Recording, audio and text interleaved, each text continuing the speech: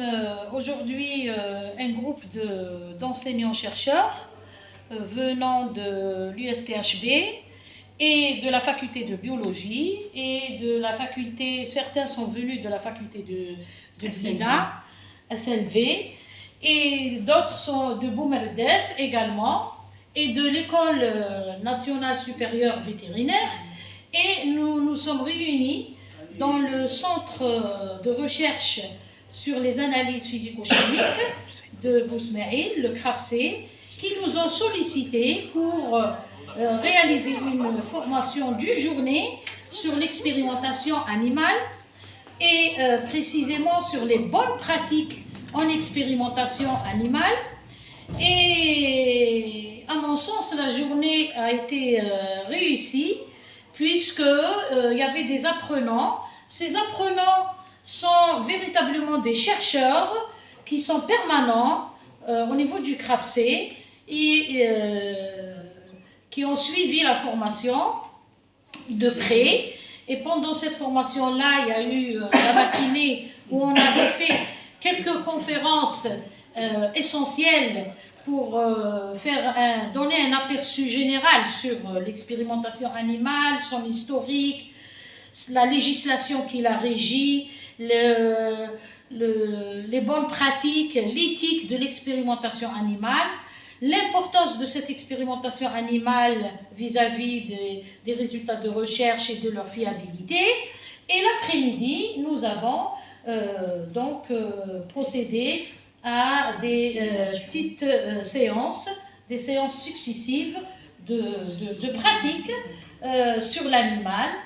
Et nous avons donc pu avoir le matériel qu'il faut et nous l'avons fait. Et donc, moi personnellement, je suis contente parce que je sens qu'il y a une interactivité.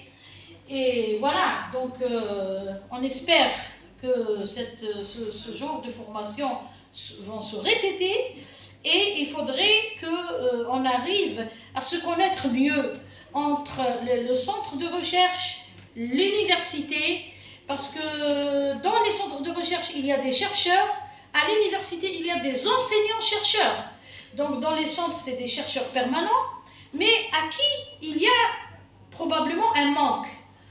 Sur le plan pédagogique, il y a des ajouts, déjà des valeurs ajoutées qu'on rajoute nous au niveau de l'université et qui peut-être manquent à ce niveau-là. Et inversement, évidemment, il y a un manque de par les moyens, le matériel au niveau de l'université qu'on va se réjouir de trouver au niveau du centre de recherche. Donc voilà, je m'arrête là. Je pense que les collègues, s'ils ont quelque chose à rajouter, nous tenons à remercier. Voilà ce que j'allais dire. Voilà, donc, ce que j'allais dire, je tiens à remercier le directeur de CRAPC Bousmaïl et aussi Madame et la sous-directrice. Oui. Oui, aussi. Et surtout Madame Taïbi, de nous avoir invités. Nous avoir donné cette occasion de collaborer avec les chercheurs de ce centre. En ce qui concerne la journée, ça s'est bien passé. Elle est passée dans un rythme que je dirais que c'était correct, normal. On a travaillé avec des chercheurs, on les a apporté des infos en plus. En ce qui concerne tout ce qui concerne l'éthique en expérimentation animale. Après, voilà, ça s'est bien passé. Merci pour vous. C'est pas... Ouais. Voilà. De ma part, c'est la même chose. Donc, je tiens déjà le staff administratif donc de CRAPC, en l'occurrence Madame Taïbi, donc de nous avoir invités à cette formation. Et je remercie également donc Dr Charala ainsi que l'équipe formateur. Donc pour moi, j'ai bien aimé cette journée. Donc c'était bénéfique et pour nous et pour les chercheurs, parce que même à travers des questions des chercheurs, nous avons établi d'autres perspectives, donc d'autres questionnements. Donc, et là, je dis bravo à cette journée. Donc,